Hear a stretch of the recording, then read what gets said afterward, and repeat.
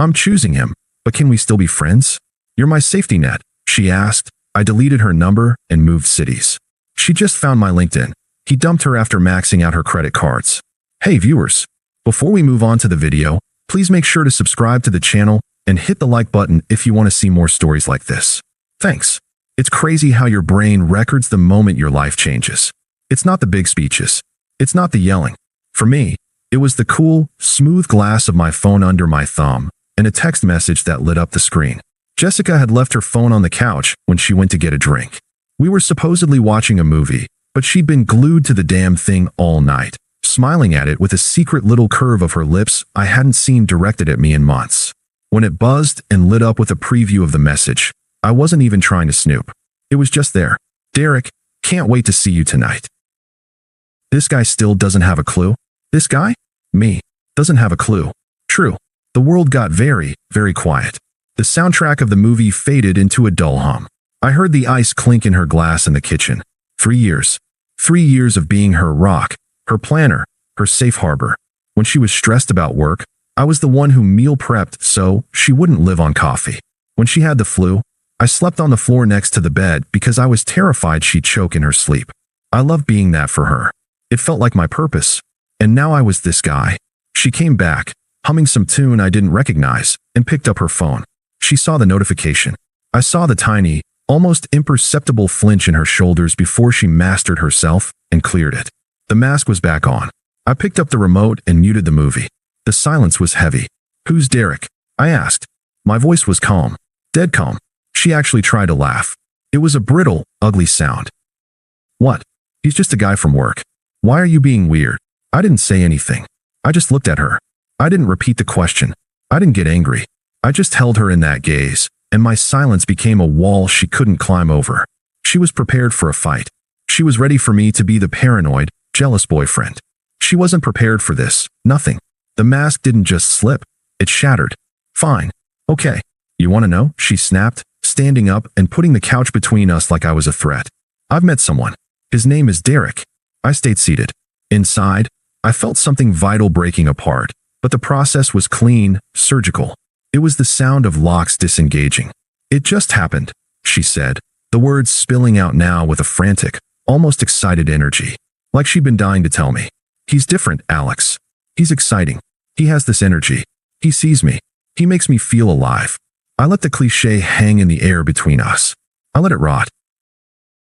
I see you, I said, my voice still low and even. I see you every day. No, not like that, she said, waving a hand dismissively at me, at our apartment, at our entire life together. Not like this. You and I, we're just comfortable. It's like we're roommates. Derek, he's an adventure. I nodded slowly, as if she'd just explained a complex business problem. I stood up. The movement was deliberate, final. Okay. Her eyes widened. Okay, that's all you have to say. You should be with him. I turned and walked toward our bedroom. I needed a bag. I needed to think. The plan was already forming in the cool, quiet ruins of my mind. Wait, she yelled, scrambling after me. The confusion in her voice was palpable. This wasn't the script. Alex, it doesn't have to be the end for us. My hand was on the bedroom doorknob. I stopped but didn't turn. You're my best friend, she pleaded, her voice softening into a manipulative coo. You're my safety net. I can't imagine my life without you in it. Just in a different way. Safety net. The word didn't hurt. It was like a key turning the last lock. Every sacrifice, every moment of support, every single time I had been there, it all shrunk down into that one pathetic term. I wasn't a person. I was a function, a utility, an insurance policy against her own bad decisions. I finally turned and looked at her, and I felt it. Nothing. No love, no hate, no pain. Just a vast, empty clarity. I didn't grant her an answer. I didn't give her a single word more. I opened the door, walked inside, and closed it behind me with a soft, definitive click. The silence that remained was the loudest sound I had ever heard. It was the sound of me disappearing. The silence in the bedroom was a physical thing, a clean, empty space where the noise of our relationship had been. There was no rage, no tears. There was only a list of tasks, clear and precise in my mind. I was a project manager overseeing the dissolution of my own life. I packed that night, not in a frantic, angry whirlwind, but but with a methodical calm that felt alien and powerful. I took my clothes, my books, my personal laptop. I left the framed photo of us at the beach, a gift from her. I left the silly ceramic mug she'd bought me that said, "World's okayest boyfriend." I left every trace of the man she thought I was, the comfortable, reliable fixture, right there in that apartment, like a shed skin. I didn't write a note. What was there to say? Good luck with your adventure? She'd see that as sarcasm. I'll miss you. A lie. My silence was the only message she deserved. The next morning, I called my boss as I loaded the last box into my car. "Mike, it's Alex. That transfer position to the Northwest branch. Is it still available?" "It is," he said, sounding surprised. "But it starts in 2 weeks. You'd have to move fast." "I'll be there," I said, and ended the call. The ghosting was surgical. I didn't block her number immediately. I needed to see the trajectory of her expectation.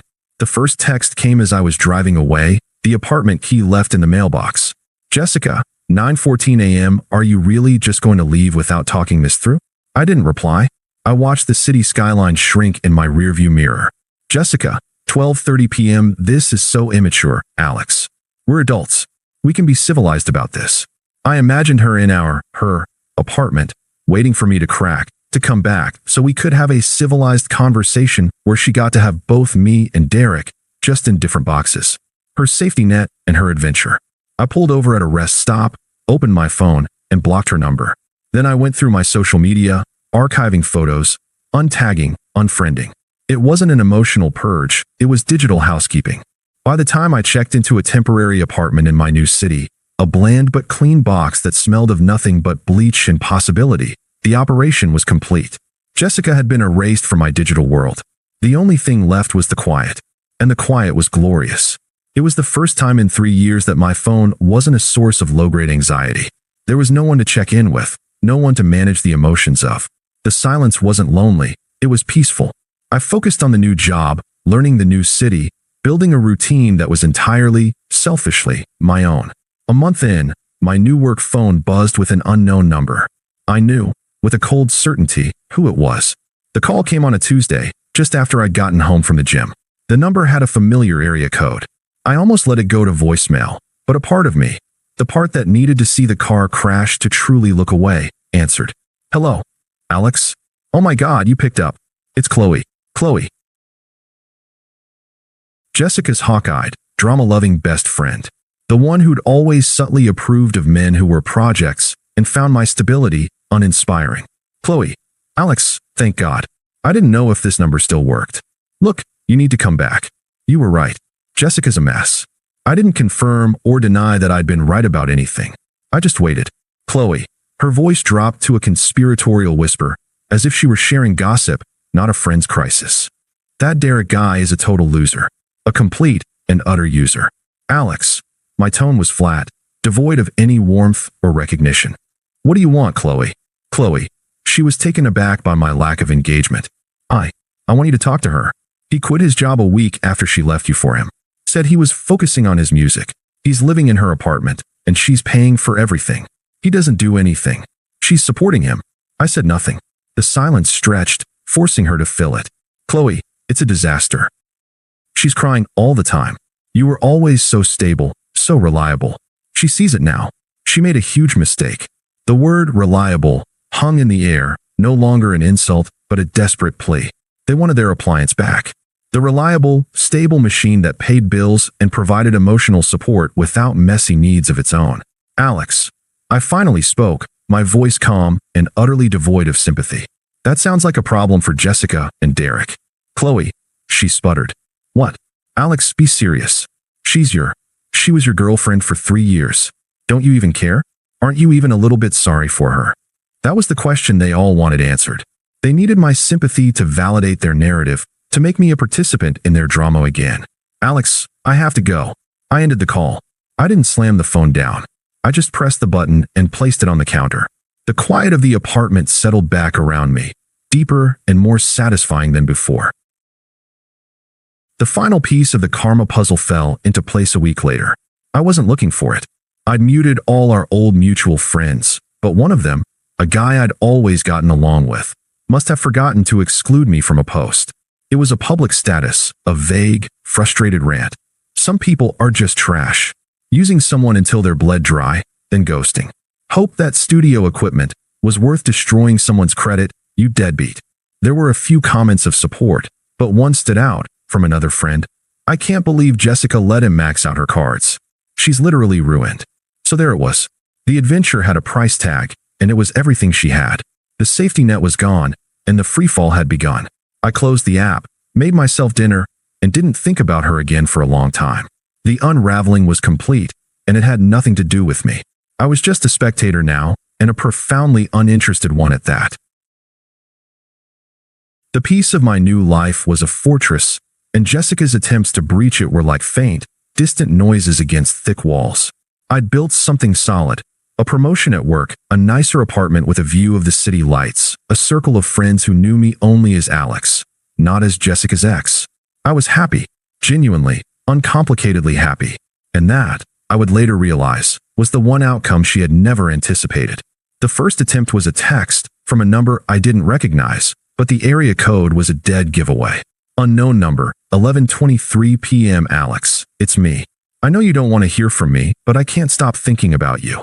I made the biggest mistake of my life. I miss you. Please. It was the safety net play, the gentle tug on the leash to see if I was still tied to the post. The message was all about her mistakes, her feelings, her need. There was no "how are you?" No, "I hope you're well." Just a demand for my attention to soothe her regret.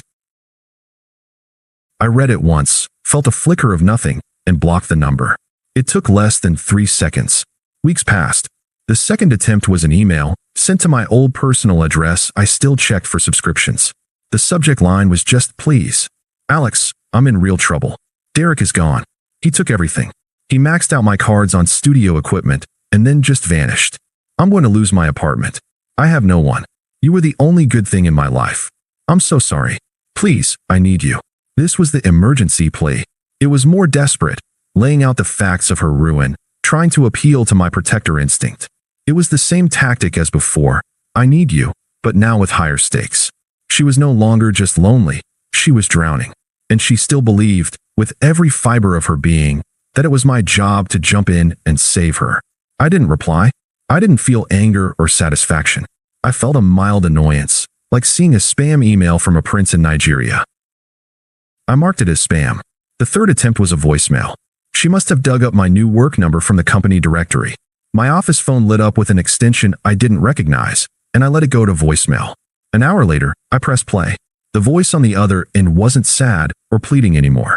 It was sharp, brittle, laced with tears of pure fury. "I can't believe you're ignoring me. After everything we had. 3 years, Alex. I'm drowning here and you're just what? Too good for me now? I see you updated your LinkedIn, Mr. Big Shot Senior Project Lead in New City. You're a cold, heartless bastard. You're just sitting there in your perfect new life while I'm falling apart. I hope you're happy." Click. I stood up from my desk, walked to the break room, and poured myself a coffee. I almost smiled. The mask was fully off. The woman who had asked for friendship was now screaming insults because her former utility wasn't functioning. Her true colors, entitlement, blame, and venom, were finally on full display. This wasn't about missing me. It was about her being furious that I was no longer there to catch her fall. A few days after the voicemail, my direct office line rang. I was in the middle of reviewing a project timeline. Alex, his name, project management. There was a shaky breath on the other end. "Jessica," voice trembling, a forced calm. "Alex, it's Jessica. Please don't hang up." My grip on the pen didn't tighten. My heart rate didn't spike. I felt a profound, almost clinical detachment. She had crossed a final line by invading my professional space. "Alex." My tone was polite, identical to how I'd answer any unknown caller. "How did you get this number?" "Jessica, I called the main line and said I was a client from your old branch. I had to talk to you. I'm so lost without you. He ruined me, Alex. My life is in shambles. My credit is destroyed. I'm getting evicted. You were my rock. My safety net." She was sobbing now, the words tumbling out in a practiced, pathetic monologue. "Alex." I didn't let her finish. I said her name, my voice calm, firm, and definitive. "Jessica. Jessica." The sobbing stopped. A hopeful, wet whisper. "Yes. Alex, that net has been cut." The line went silent. "Alex, I'm not your rock. I'm not your backup plan. I'm someone who lives in New City, with a job I love and a peace I haven't had in years. Your chaos is no longer my concern. Do not contact me again. I didn't wait for a reply. I didn't hang up with force. I simply pressed the release button on the phone, severing the connection with the same finality I'd closed the bedroom door all those months ago. It was over. A week later, a notification popped up on my screen while I was updating my professional portfolio. A connection request on LinkedIn. Jessica, last name, marketing coordinator at her company. Message. Hi Alex, hope you're well. Would be great to connect with you professionally. I stared at it. The audacity was almost impressive. After the screaming voicemail, after the desperate calls, this was her last, pathetic gambit. To pretend it was professional. To try and sneak back into my orbit through the only door she hadn't yet slammed shut. I didn't accept. I didn't decline. Declining would have been an action, a recognition of her existence. I simply left the request in perpetual pending status. A digital monument to her irrelevance. I leaned back in my chair, looking out the window of my apartment at the sparkling skyline of my city. My city. I thought about the dinner plans I had that night with a woman from my rock climbing gym. Smart, funny, and fiercely independent. I thought about the project my team had just nailed. I thought about the quiet of my home, a silence that was full and warm. I felt nothing for Jessica. No hatred, no pity, no lingering affection. Not even a sense of victory. She was a closed chapter in a book I was no longer reading. The ultimate victory wasn't in rejecting her. It was in the genuine, complete, and utter indifference that had taken root in the space she once occupied. She was gone, and I was, finally and completely, free.